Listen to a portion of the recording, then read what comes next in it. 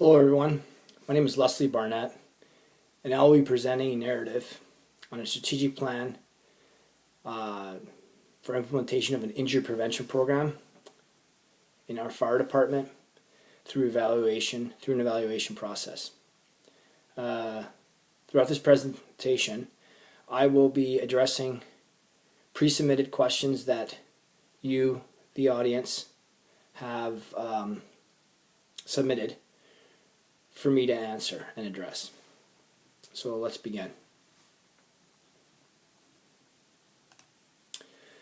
So the first thing is you might be asking yourself, what is an injury prevention program?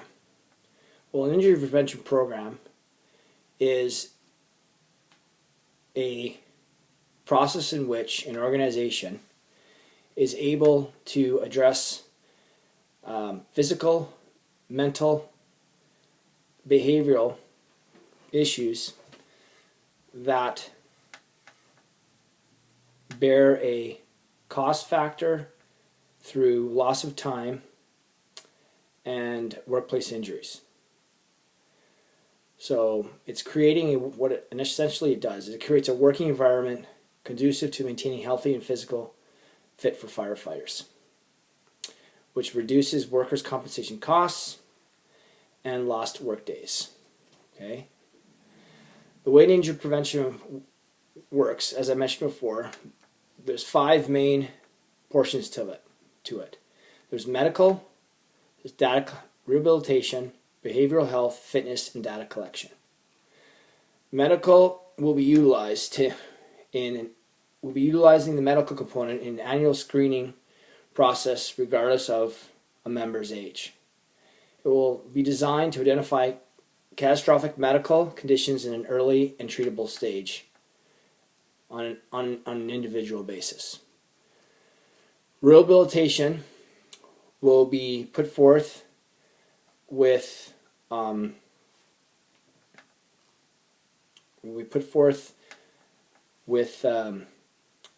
special clinicians that will be able to address specific injuries that have been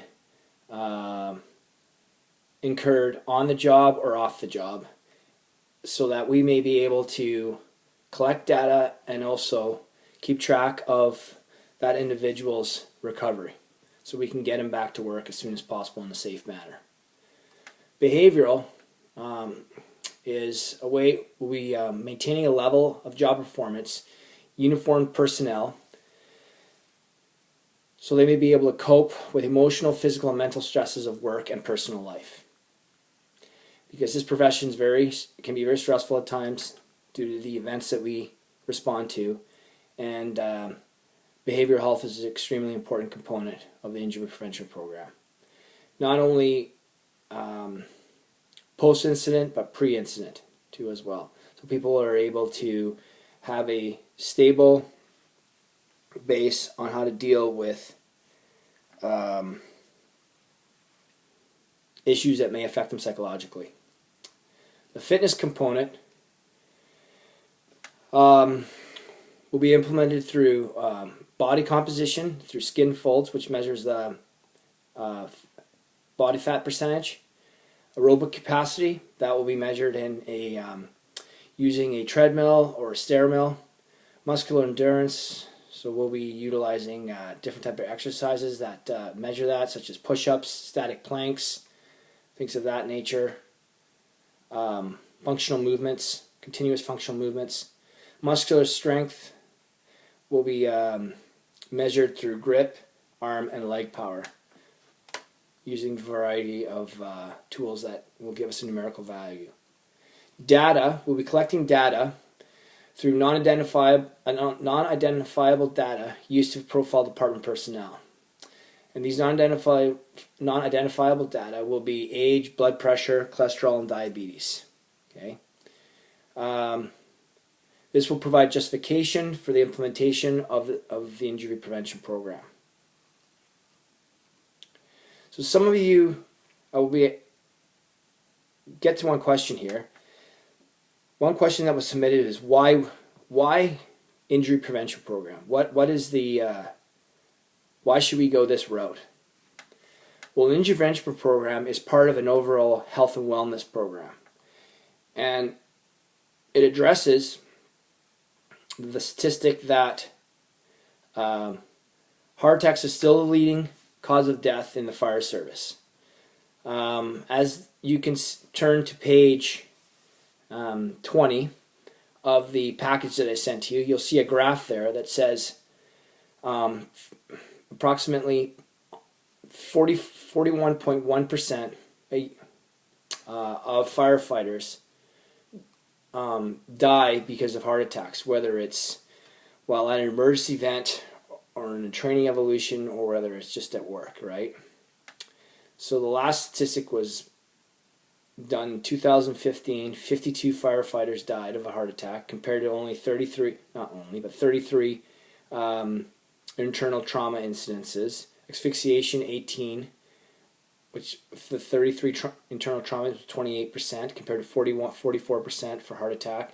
And asphyxiation is 15.2%, which was 18 in the United States, compared again to 28% of internal trauma and 44% of heart attack. So you can see that the heart attack is a significant number that has to be addressed, and through a injury prevention program, it will be addressed.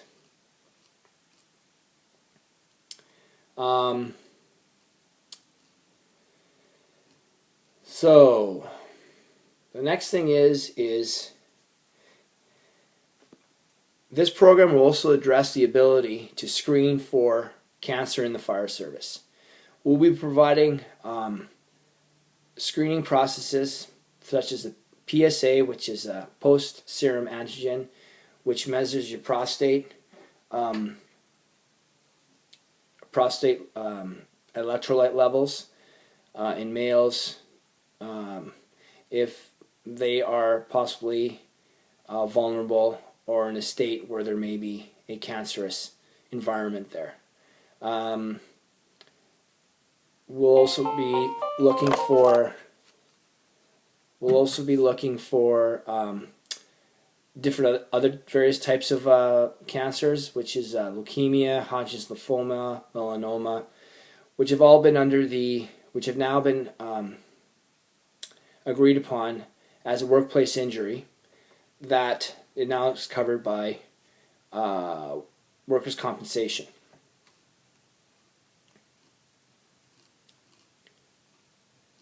Okay. The other one is the injury prevention program worth the cost? That's one question here that was posed.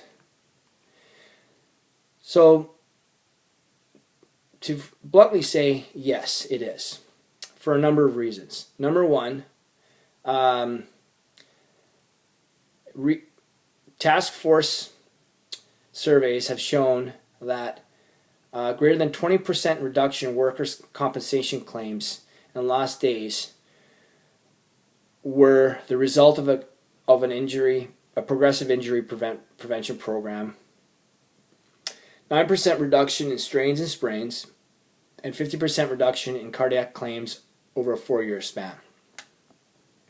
Okay, so when it comes to the cost, okay, the initial cost is expensive. However, over the term, as the program progresses, a recuperation of that money is made, and actually to the point where the program pays for itself. So, for example, on average, an annual injury prevention program costs an average of $1.5 million, depending on the size of the fire department, number of personnel, and geographical location. Along with that, total incurred cost savings and savings on reduced the average cost of an occupational injury and illness claim ranged from 1.3 to 3.9 per year per department. So they saved approximately 1.3 to 3.9 per year per department based on those factors that I mentioned. Initial inception would be less, but as the program moved forward, the cost savings would increase. So the rate of return would be between 1.1 1 to 1 to 3 ratio. So a 1 to 1 ratio would be you're breaking even, and a 1 to 3 ratio is, you're actually making you're profiting, because you're not having to spend the excess money on overtime, loss of personnel, and so forth. Now, we'll just quickly review how this will be implemented. So the implementing will be through a labor management agreement, where fit for duty versus wellness. Two categories will be mandatory and non-punitive. Confidentiality, norms versus standards, cost, performance goals versus protection goals. So non-punitive means and mandatory with we once this is implemented, we will expect everyone to participate in this program. However, though, individuals that do not meet the physical standard won't be held to a punitive level. However, they will be given time to increase their physical ability to the benchmarks that we have created and mandated. And if they still don't meet those benchmarks, then they will be given an opportunity once again to be given more time. And if they still don't meet the benchmarks, then they're going to have to taken off from their roles and responsibilities to an area where they won't be at risk for themselves and for others. So the different departments that we will be utilizing for the injury prevention program will be risk management, safety members, political body, Department of Management and Budget, citizens, and a medical director. The medical director will oversee all clinicians for this program and so forth. So we'll be following our mission statement. We'll be establishing project teams, identify and compare the elements, develop a budget, which we have developed there, which is in your package, and internal available funding, which we have determined, and this is all part of our strategic plan.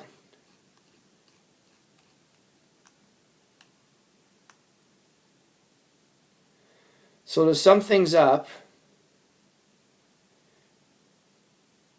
an injury prevention program is the ability to identify, design, implement, evaluate, adapt, and then evaluate again a program that will be conducive to a healthy and positive workplace environment. With that in mind, this creates a system of value where employees are prioritized, and therefore the organization is able to provide a better product to the citizens of their municipality. Thank you, and if you have any questions, I will please provide. I'm open for email, and I will take them as such. Thank you for your time.